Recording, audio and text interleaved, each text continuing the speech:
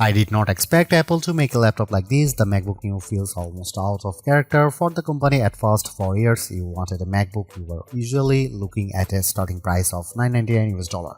Sure, older models like the MacBook Air M1 could fall to around $699 US on sale, but that was still far above what most budget buyers were shopping for. The MacBook Neo starts at just $599 US for education, which is a huge jump downward. That is $500 less than the new MacBook Air M5. And yes, that price is low enough to set off warning alarms, but after testing the MacBook Neo, I think the surprise is not that it is cheap. The surprise is that it is actually good. In fact, it is the most balanced laptop I have used under $600 US, and it easily beats every Windows laptop I have tried in this class. It also leaves most Chromebooks behind. For $599 US, Apple gives you an aluminum body that feels solid and premium, a bright 500 nit display with rich color, and the A18 Pro chip, which is fast enough for everyday work, streaming, browsing, light productivity, and casual game. The side-mounted speakers are also much better than they have any right to be at this price. So, what did Apple give up to make that happen? Where does this laptop fit in the wider market? And should you actually buy it? Let's get into the full MacBook Neo review. The MacBook Neo is one of the most interesting Apple products in a long time, and it launches at a time when value matters more than ever. Prices are rising across consumer electronics, memory is getting more expensive, global trade pressure is still affecting hardware costs, and people are simply more cautious with money than they used to be. Apple is usually treated as the company that sells premium gear, and that is mostly true.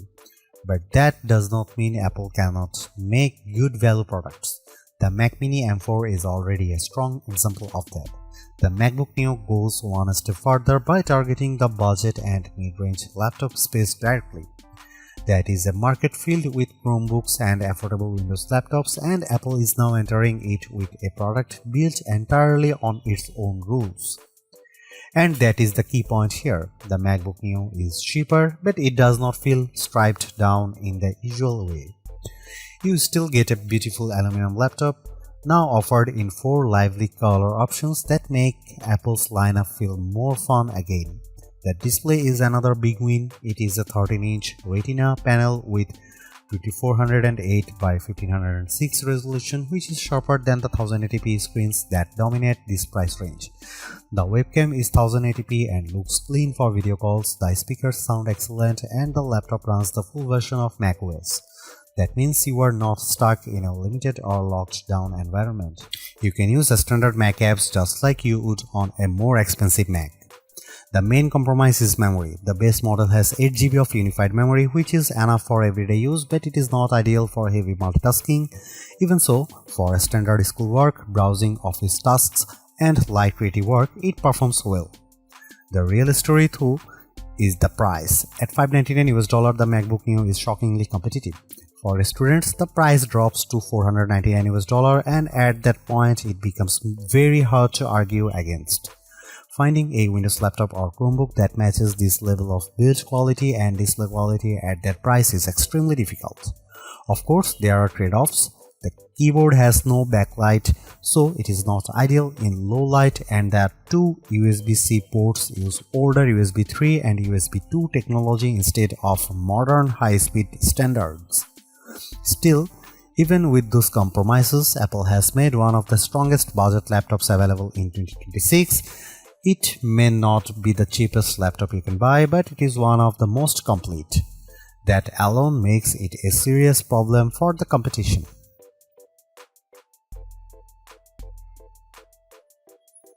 The MacBook Neo's performance story is unusual, but it makes sense once you look at the pricing.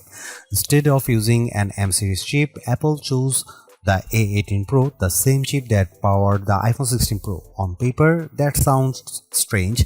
In practice, it is a smart, cost-saving move. Apple has been building mobile chips for much longer than its computer chips, and the latest iPhone silicon is extremely capable. For a budget laptop, that may be a better approach than using a weak conventional laptop chip that struggles under normal use. Using an older iPhone chip lets Apple keep the price down while still delivering strong everyday performance. You might wonder why Apple did not simply use an older M chip like the M1. The company says the A18 Pro has a 16-core neural engine that is better suited for on-device AI work, including Apple Intelligence features inside macOS. The M1 is not as strong in that area, and the A18 also uses faster memory, so the choice is more deliberate than it first appears. Because the A18 Pro is still a 64-bit ARM chip, you are not getting some limited phone-only system here. The MacBook Neo runs full macOS, which means standard Mac apps work normally. And that matters. This is not a lockdown machine like many Chromebooks, which are limited to a narrower set of apps, or Windows 11's laptops, which are restricted in annoying ways and often push you toward Microsoft Store downloads and Edge browsing. The MacBook Neo avoids that kind of frustration completely. For everyday use, the experience is very good. macOS runs smoothly enough, and while it is not as fast as a MacBook Pro, it is still impressive for a machine this affordable. I would recommend keeping the workload light and realistic. Use built-in apps, office software, browsing, streaming, and basic creative tools, and the Neo behaves well. I tested it with GarageBand and Keynote, and both worked without issue. That is exactly the kind of software this machine is meant to handle. It can also go further. I installed Steam, which needs Rosetta on non-Intel hardware, and it ran fine. That shows how open the Neo is compared with Chromebooks and other budget systems. You are not trapped inside a limited app ecosystem. Apple's ecosystem integration is also fully intact. You can mirror your iPhone, move files between devices, share your clipboard, make calls, send messages, and use an iPad as a second display. I even tested it with the new M5 iPad Pro, which is very uneven pairing in terms of price, but the feature worked great. That is one of the best things about the MacBook Neo. It still feels like a real Mac, not a cheaper version of one. The limits are mostly about hardware. If you want heavy 3D rendering, serious video editing, or a big creative workload, this is not the right machine. It can do a lot, but it is not meant to do everything. The 8GB of unified memory is the biggest technical concern. Unified memory is shared across the system and graphics, so once you start opening multiple apps or using more demanding workloads, it fills up quickly. During my testing with Safari, Keynote, GarageBand, and a Steam download running, memory usage reached roughly 6.48 GB to 7 GB. That is very close to the ceiling. And once memory is maxed out, the system slows down. There is no upgrade path here, and you cannot just add more RAM later. So the memory choice has to work for your needs from day one. For light users, it is probably enough. For heavier multitaskers, it is not. If you are planning to use the laptop for more demanding work, the MacBook Air M5 is the better choice because it starts with 16 GB of unified memory.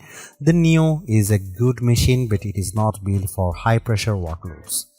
Gaming is possible too, though not in a high-end way. I got Cyberpunk 2077 running at a playable 30 FPS using the For This Mac preset. It was heavily reduced visually with many settings turned low or off, but the fact that a fanless $599 laptop can do that at all is genuinely impressive. It also plays iPhone and iPad games very well, which makes more sense for this hardware. Overall, the performance is strong for the money. It is good for school, web work, media, and light productivity. It is flexible, quiet, and more capable than most rivals, but it is still a budget machine and it should be treated like one. One more plus, it is fanless. That means silent operation, which is a big deal when you compare it with budget Windows laptops that often becomes noisy under load. Battery life is another area where the MacBook Neo does very well. Apple says you can get up to 16 hours of video streaming or up to 11 hours of wireless web browsing. Those are strong claims, especially for a laptop in this category. In testing, the MacBook Neo lasted 13.5 hours before shutting down. That is enough for a full day of work or classes without needing a charger. It is not the absolute longest lasting laptop in the market, but it is still excellent. That makes it especially appealing for students who move between classes or people who do not want to carry a charger everywhere. Charging is also fairly quick with the included 20-watt adapter unless you are in the UK or Europe where you need to bring your own charger. The MacBook Neo is the best budget laptop you can buy right now. It sits at the higher end of the budget category, but the quality gap between it and most Windows laptops or Chromebooks at the same price is hard to ignore. The MacBook Neo looks better, feels better, and performs better in daily use. The display is excellent, the speakers are unusually good, and the overall experience feels far more premium than the price suggests. What Apple really nailed here is the software side. This is not a watered-down Mac experience. You still get full Mac OS, broad app support, and the normal Apple ecosystem features that makes MacBooks so useful in the first place. Yes, there are compromises. The memory is limited, the keyboard has no backlight, and the USB-C setup is odd. But those trade-offs are easier to accept when the rest of the machine is this well executed.